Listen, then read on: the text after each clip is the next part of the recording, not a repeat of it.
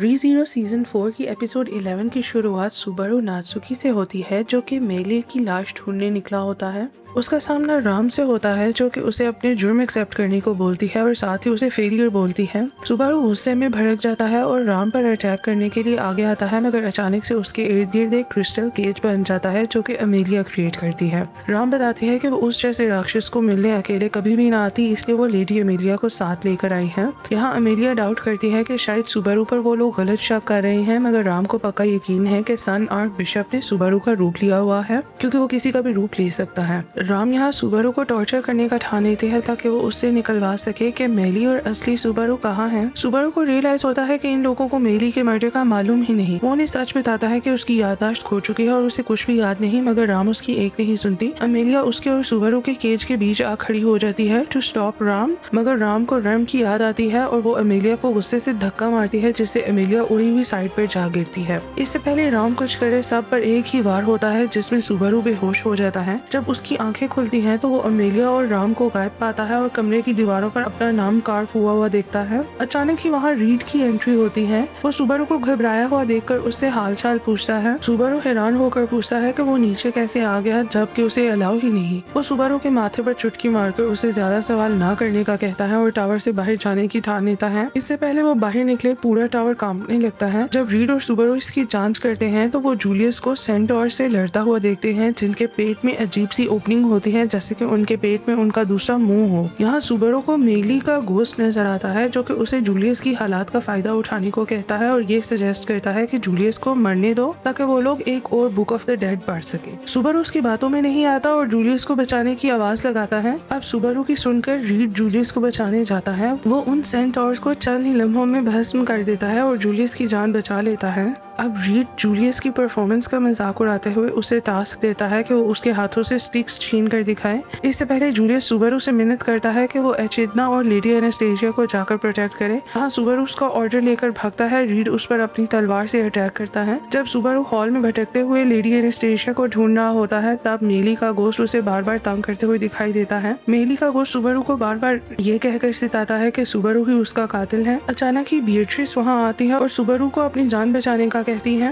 लेकिन उतने में ही एनास्टेसिया वहाँ आ जाती है और बीएट्रिस को सुबारू से दूर हटने को कहती है, क्योंकि राम ने उसे पहले ही बहकाया हुआ है, ये बोलकर कि सुबारू असली नहीं है बल्कि उसके रूप में कोई और घुस बैठा है। यहाँ एनास्टेसिया दुखी होकर अपने आप को एक फेलियर बताती है, जिससे सुबारू भी परेशान हो जाता है। यहाँ सुबारू एनास्टेसिया से पूछता है कि आखिर चल क्या रहा है और जिस टावर में वो सब लोग घूम रहे हैं वो आखिर क्या बना है। एनास्टेसिया उसे याददाश्त खो देने का नाटक करने का ताने देती है और बोलती है कि यही ड्रामा राम भी कर रही है, जो कि अपनी बहन को भूल चुकी है और जूलियस के साथ भी ऐसी ही नौटंकी हुई है, जो कि सब उसे भुला चुके हैं। सुबारू फाइनली अपनी बची हुई याददाश्त शेयर करता है फ्रस्ट्रेशन में आकर और एडमिट करता है कि उसे सिर्फ इतना ही याद है कि वो शॉप से घर लौट रहा था और अचानक ही वो यहाँ इस टावर में आ टपका और इन सब झंझटों में फंस गया। उसे समझ नहीं आ रही कि आखिर उसे किस चीज की सजा मिल रही है। यहाँ एनास्टेसिया को उसकी हालत पर रहम आता है, जिस वजह से वो बीएट्रिस को उसके साथ रुकने का बोलती है और खुद जूलियस को ढूंढने के लिए निकलती है। सुबारू उसको ड्रेस से नीचे से पकड़ता है और उसे जाने से रोकता है, क्योंकि जूलियस ने उसे मना किया था एनास्टेसिया को उसके पास लाने के लिए और उल्टा कहा था कि वो एनास्टेसिया को प्रोटेक्ट करें। अचानक ही उन लोगों पर टावर में छुपे हुए मॉन्स्टर्स हमला करते हैं, मगर बीएट्रिस अपनी पावर का इस्तेमाल करके उन्हें बचा लेती है। इसी दौरान जमीन में कुछ क्रैक्स आते हैं और एनास्टेसिया जमीन में धंसने लगती है, मगर सुबारू उसको पकड़ लेता है। एक मॉन्स्टर एनास्टेसिया पर वार करने के लिए आता है, मगर एनास्टेसिया उसे अपनी पावर का जलवा दिखाकर उसे भगा देती है। एक दफा बच निकलने के बाद बीएट्रिस सुबारू को पुरानी बातें याद दिलाने की कोशिश करती है, मगर नाकाम रहती है, क्योंकि उसे कुछ भी नहीं याद आता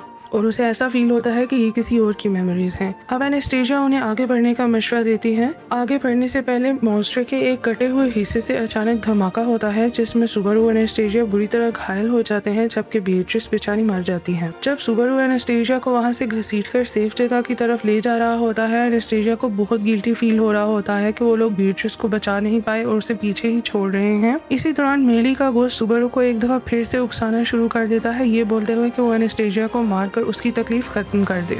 इस दफा सुबारू उसकी बातों में आ जाता है और एनास्टेसिया का सर पत्थर से कुचलने की कोशिश करता है, मगर वो ऐसा नहीं कर पाता और अपने आप को एनास्टेसिया का कत्ल करने से रोक लेता है। एनास्टेसिया उसके इस डिसीजन की वजह से उस पर भरोसा करने लगती है और उससे माफी मांगती है अपने पिछले बुरे बर्ताव के लिए। सुबारू को अचानक से एक अनआइडेंटिफाइड लड़की दिखती है जो कि उसके इर्द गिर्द जादू करती है और उसे बार बार आई लव यू बोलती है। सुबारू शुरू में परेशान होता है, मगर एक वक्त के बाद उस लड़की के शब्दों की वजह से सुबारू को अपना पास्ट याद आने लगता है, जिसमें वो अपने माता पिता को देखता है जो उसे बहुत प्यार किया करते थे, मगर वो गिल्टी फील करता था कि वो इतने प्यार का हकदार नहीं है क्योंकि वो उन जितना अच्छा इंसान नहीं है। वो अपने पास्ट में विश करता है कि वो अपने पेरेंट्स की लाइफ से ही गायब हो जाए ताकि वो उनका गलती से कहीं दिल ना दुखा दे। जब वो लड़की सुबारू को अपनी गिरफ्त में लेने लगती है, अमेलिया वक्त पर पहुंचकर उसे बचा लेती है और उसे वहां से दूर भगा ले जाती है। इस वाक़े के बाद सुबारू पूरी तरह टूट चुका होता है और अमेलिया से सवाल करता है कि सब लोग उस पर इतना भरोसा क्यों करते हैं जबकि वो खुद को हर मोड़ पर नाकाम समझता है। अमेलिया उसकी बात खामोशी से सुनती है और फिर उसे पुरानी जिंदगी और उन लम्हों की तरफ ले जाने लगती है जो उन दोनों ने साथ गुजारे थे। सुबारू निडर होकर उसके पाँव में गिर जाता है। अमेलिया उसे याद दिलाती है कि रॉयल कैपिटल के लूट हाउस में फेल्ट नामी बंदे ने उसका इंसिग्निया चुरा लिया था और सुबारू ने उसे वापस लाने की कोशिश में उसकी जान बचाई थी,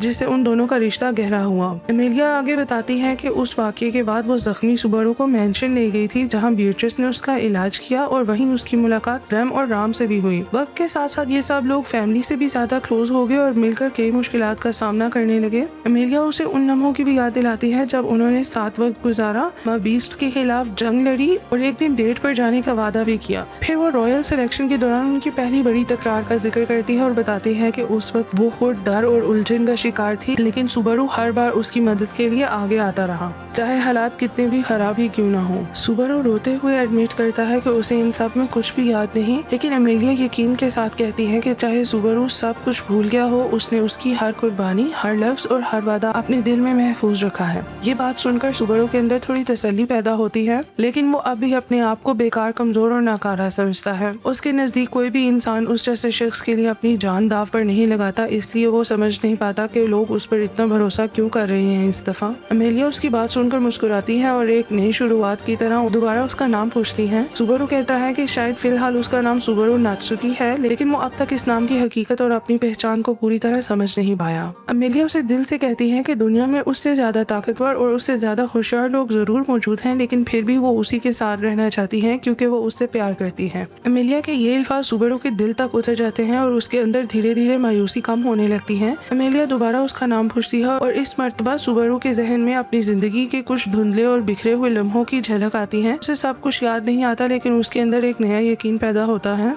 वो पूरे एतमाद के साथ कहता है कि उसका नाम सुबारू नात्सुकी है, वही शख्स जिस पर एचिडना, बीट्रिस, जूलियस और अमेलिया ने भरोसा किया था। वो फैसला करता है कि वो सबकी मदद करेगा और टावर के अंदर से भी हर किसी को जिंदा निकालने की कोशिश करेगा। इस जज्बाती लम्हे के बाद सुबारू अमेलिया का शुक्रिया अदा करता है कि उसने कभी भी उस पर भरोसा करना नहीं छोड़ा, लेकिन अचानक पूरा टावर जोर से हिलने लगता है, जमीन टूटने लगती है और अमेलिया का पाँव फिसल जाता है, जिससे वो जमीन के अंदर धंसने लगती है। सुबारू बिना हिचकिचाहट के उसकी तरफ दौड़ता है और वक्त पर उसका हाथ पकड़ लेता है, मगर अनफॉर्चुनेटली वो दोनों ही गुप्त जमीन के अंदर धंसने लग जाते हैं। गिरते हुए सुबारू के जहन में एक पल के लिए ये ख्याल आता है कि शायद यही उनका एंड है, लेकिन वो फौरन इस सोच को रिजेक्ट करता है और अपने दिल में फैसला कर लेता है कि ये उनकी लाइफ का दी एंड नहीं बल्कि एक नया सफर की शुरुआत है। वो इरादा करता है कि वो अपनी खोई हुई यादें वापस हासिल करेगा और इसी के साथ ये एपिसोड खत्म होता है। वीडियो अच्छी लगी तो मेरे चैनल को लाइक एंड सब्सक्राइब करो। मिलते हैं नेक्स्ट वीडियो में।